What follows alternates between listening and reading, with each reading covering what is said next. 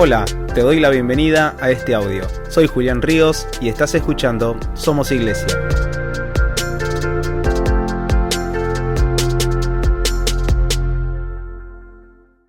En esta ocasión quisiera poder compartir con ustedes algo que he venido pensando, meditando, trabajando mucho en este tiempo.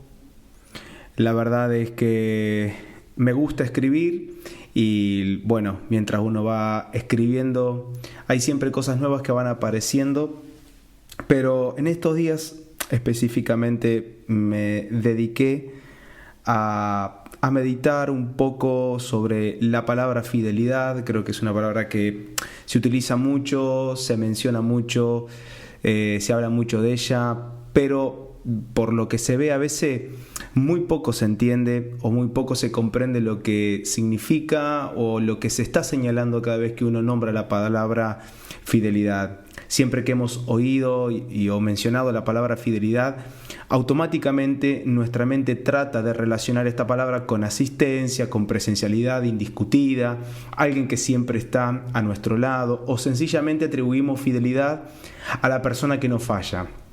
Pero necesitamos esto aclararlo a la luz de las Escrituras, porque aquella virtud tan deseada y esperada es la fidelidad. ¿Qué Dios espera? Fidelidad. Entonces comenzaremos diciendo que la iglesia sí es fiel a Dios, sencillamente porque la iglesia es el cuerpo de Cristo, cuerpo de aquel quien es la cabeza.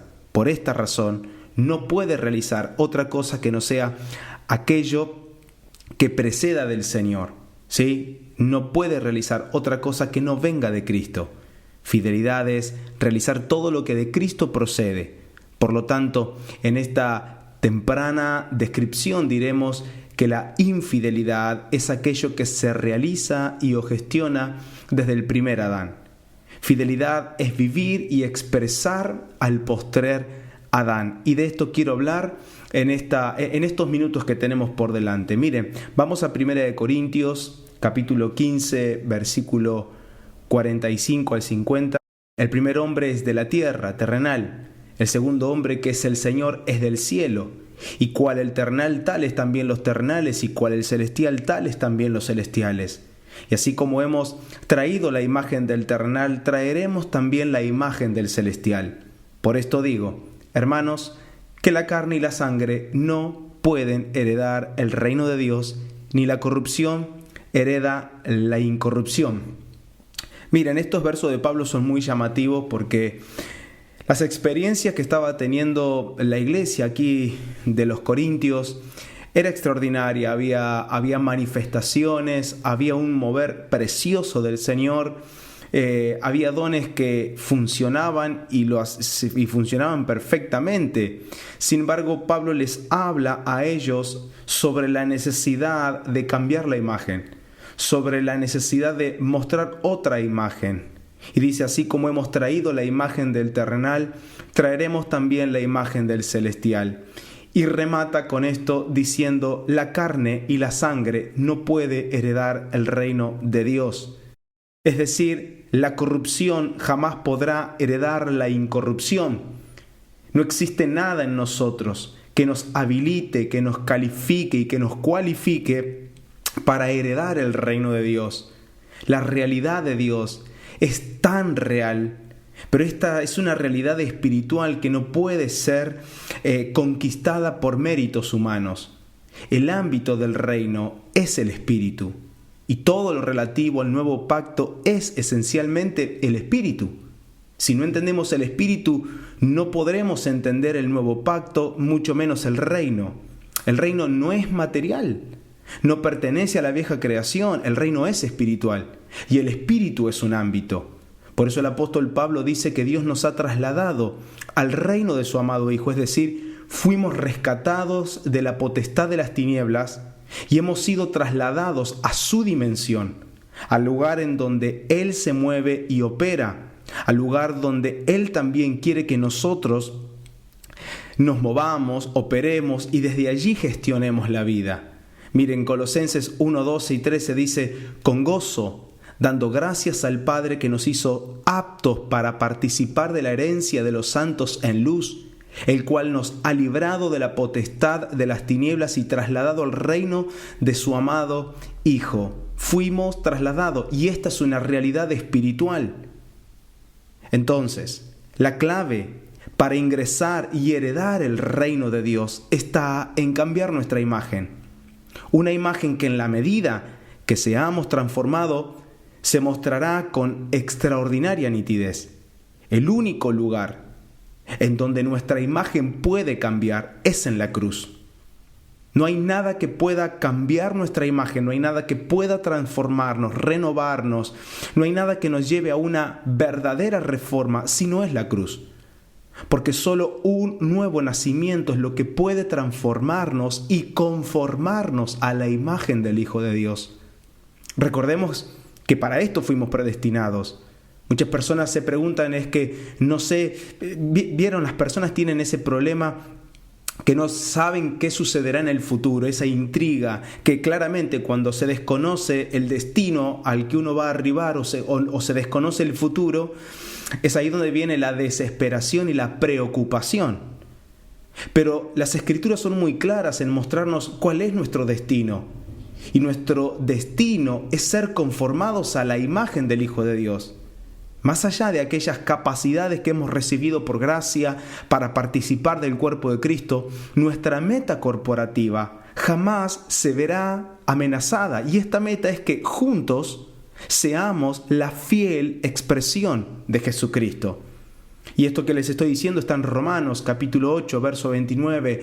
Dice, porque a los que antes conoció, también los predestinó para que fuesen hechos conforme a la imagen de su Hijo, para que Él sea el primogénito entre muchos hermanos. Miren, 2 de Corintios capítulo 3, 18 dice, por tanto nosotros todos, mirando a cara descubierta, como en un espejo, la gloria del Señor, somos transformados de gloria en la misma imagen, como por el Espíritu del Señor. La cruz nos transforma. Y contemplarle a Él perfecciona su imagen en nosotros, haciéndose de esta manera cada vez más nítida. Y solo de esta manera podrá ser disipada toda confusión e inexactitud de quién es Él. Y quiero remarcar esto porque, por un lado lo decimos, que el principio de toda transformación y conformación es la cruz. Sin cruz no hay transformación y sin cruz tampoco pretendamos comenzar una conformación, es decir, ir tomando poco a poco la imagen del Hijo de Dios.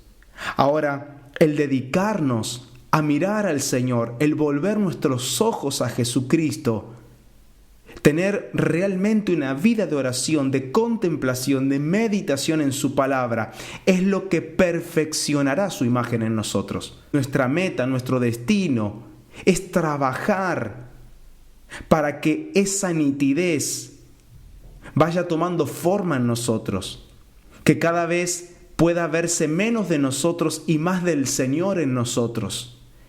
Y es esa nitidez la que termina disipando la confusión, la ignorancia sobre Cristo, la ignorancia y la inexactitud que muchas veces nos rodea.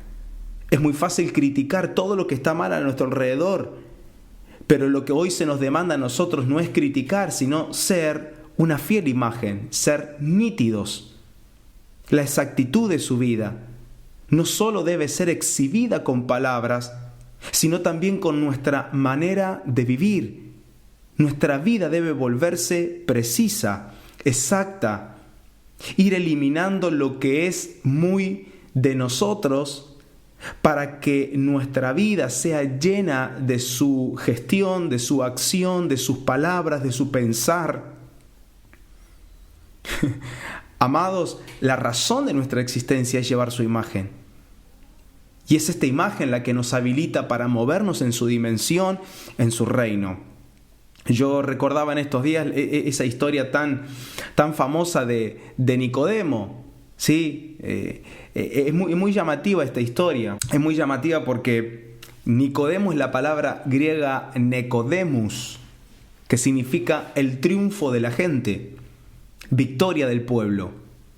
Nicodemo, un líder religioso de la época, su presencia era reconocida y respetada en cada rincón de Judea. Este nos representa aquella estructura religiosa que conforma a las personas a una vida de triunfos y victorias personales, en donde las metas son meramente un podio egocéntrico. ¿Sí? Entonces la gente lo único que quiere es alcanzar esto, porque esto es lo que toda la vida quise. Son metas personales. Son triunfos muy egocéntricos. La razón de nuestra existencia no trata de victoria y triunfos que podamos alcanzar, sino más bien vivimos por la única razón de darlo a conocer a Él y que su imagen reflejada a través de nosotros lo llene todo en todos. Claro que para esto a Nicodemo no le alcanzaba con el extraordinario conocimiento y sabiduría que tenía. Porque si hay algo que Nicodemo tenía era mucho conocimiento, conocía muy bien las Escrituras. ¿Qué le estaba faltando a Nicodemo? Una persona que conocía, que había oído bastante, que había leído bastante, tenía toda la riqueza de las Escrituras. Estaban guardadas en su mente, sin dudas en su corazón también. Pero hay algo que le estaba faltando y era cambiar la imagen para tener acceso a la dimensión de Dios. Repito, cambiar la imagen para tener acceso a la dimensión de Dios. Y sé que todos conocemos esta cita, pero permítanme leerles estos versos. En Juan capítulo 3, verso 1 al 6, relata esta historia. Este hombre llamado Nicodemo que se acerca, y dice el verso 2, dice que vino a Jesús de noche y le dijo: Rabí, sabemos que has venido de Dios como maestro, porque nadie puede hacer estas señales que tú haces si no está Dios con él. Y quiero poner aquí una pausa, un stop, solo por unos segundos, porque de alguna manera Nicodemo estaba dándole el aval, estaba creyendo que era el enviado de Dios y creía por las señales. A ver, el mismo Jesús era que en otras ocasiones se había animado a responder de la manera que Nicodemo estaba hablando. Recordarán ese episodio donde confunden, ¿sí? Y lo veremos más adelante, donde confunden el poder de Satanás mezclado con el poder de Dios, diciendo: tú sanas en nombre de los demonios, en nombre de Belcebú. Y ahí Jesús más adelante termina explicándoles diciendo: bueno, al menos crean por las obras que estoy haciendo. Y Nicodemo menciona esto aquí. A ver, las señales que tú haces, las obras que estás llevando adelante, no las puede hacer otra persona al menos que no haya venido de Dios. Ahora, todo era correcto, todo lo que Nicodemo estaba exponiendo era extraordinario, estaba bien, estaba excelente. Sin embargo, Jesús le dice: de cierto te digo que el que no naciere de nuevo no puede ver el reino de Dios. Y Nicodemo le dijo: ¿cómo puede un hombre nacer siendo viejo? ¿Puede acaso entrar por segunda vez en el vientre de su madre y nacer? Respondió Jesús: de cierto te digo, que el que no naciere de agua y del Espíritu no puede entrar en el reino de Dios. Lo que es nacido de la carne, carne es, y lo que es nacido del Espíritu, Espíritu es. Wow, miren, esto va a ayudarnos muchísimo más a comprender en esta introducción, y recuerden que el tema es fidelidad, ¿sí? La raíz y la productividad que genera la fidelidad, porque este es el tema que quiero abordar, pero necesitamos introducirnos de esta manera. Porque esta historia que acabamos de leer, que acabamos de mencionar de Nicodemo, este encuentro con Jesús, nos enseña de que nada de lo natural en nosotros nos habilita para entrar al reino.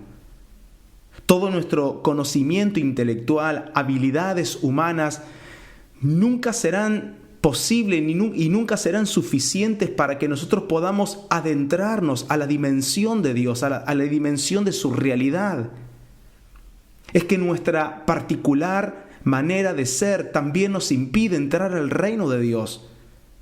Podemos entrar a un gran auditorio, estar con preciosos hombres de Dios, pero aún esto no nos garantiza haber entrado al reino. Quizás hay una gran probabilidad de no haber ingresado al reino de Dios de una manera práctica, sí de manera legal, pero no de una manera práctica. Quizás de manera práctica todavía no lo estamos viviendo, no estamos experimentando. ¿Cuántas personas hoy no están disfrutando el reino de Dios? ¿Cuántos hermanos entre nosotros aún no pueden vivenciar la realidad de Dios?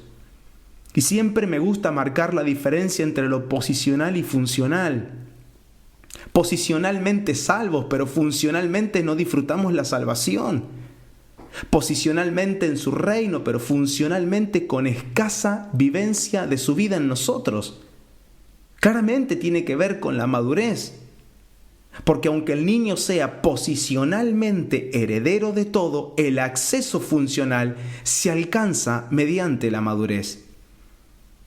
Y esto necesitamos comprenderlo. Nadie está diciendo de que no somos salvos, nadie está diciendo de que no estamos en el reino de Dios. No. Posicionalmente, repito, estamos en su reino.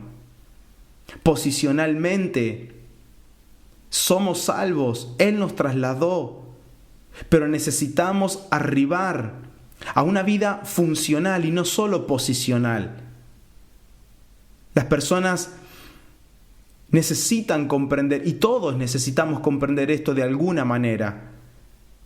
De nada sirve y mucho no colabora levantar la mano un día y decir, soy salvo, yo pertenezco al reino de Dios. Declarar esto es bueno, claro que sí, pero qué extraordinario es que usted y yo podamos cada día de nuestra vida disfrutar su reino, disfrutar su salvación. Y recién ponía este ejemplo que claro lo pone Pablo a los Gálatas. El niño puede ser posicionalmente heredero de todo, pero el acceso funcional se alcanza mediante la madurez. Y creo que Dios, si hay algo que demanda hoy de nosotros, es que tomemos decisiones que nos lleven a madurar. Crecer, siempre vamos a crecer. La vida crece. De hecho, el crecimiento está acreditado a Dios. Pablo dice, uno es el que siembra, otro es el que riega, pero el que da crecimiento es el Señor. Crecer vamos a crecer, pero necesitamos madurar. Ahora, continuando, Nicodemo estaba creyendo que Jesús había sido enviado por Dios. Pero aún así no podía tener revelación del reino de Dios.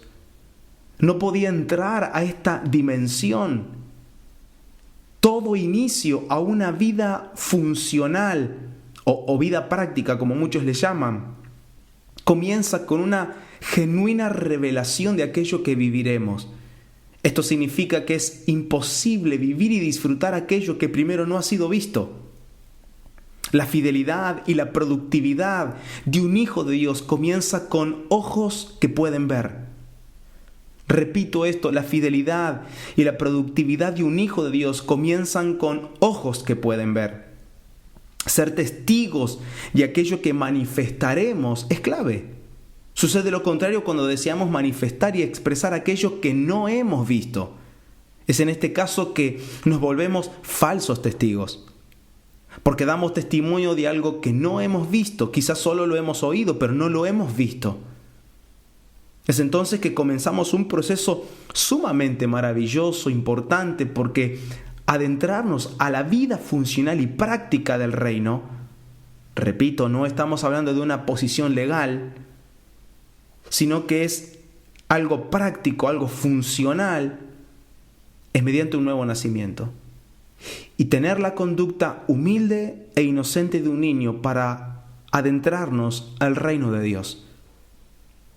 Mis amados, si deseamos crecer en la revelación del reino, debemos mantenernos pequeñitos, porque los grandes no entran. Ser niños en inocencia y humildad, pero maduros en nuestra manera de pensar. Y esto Pablo se lo dice a los Corintios. 1 Corintios 14:20 dice, hermanos, no seáis niños en el modo de pensar, sino sed niños en la malicia, pero maduros en el modo de pensar. Mateo 11:25 dice, en aquel tiempo respondiendo Jesús dijo, te alabo Padre, Señor del cielo y de la tierra, porque escondiste estas cosas de los sabios y de los entendidos y las revelaste a los niños. Amados, para cerrar esta primer parte, el reino es un misterio vedado a las habilidades humanas. El reino se va a revelar en estos tiempos por causa de una generación que son como niños, no desde la inmadurez, sino desde la inocencia y pureza. Son los pequeños del reino, los que tendrán acceso a una visión clara de Cristo. Y me recuerda ese episodio cuando Jesús mismo dice: no hay otro mayor a Juan el Bautista, de los nacidos de mujeres, no hay un profeta mayor que Juan el Bautista. No hay otro más grande que Juan. Sin embargo, termina declarando: pero yo les digo que el más pequeño en el reino de Dios es más grande que este, es decir, más grande que Juan. Y quiero cerrar esta primera parte con esto porque esto es maravilloso.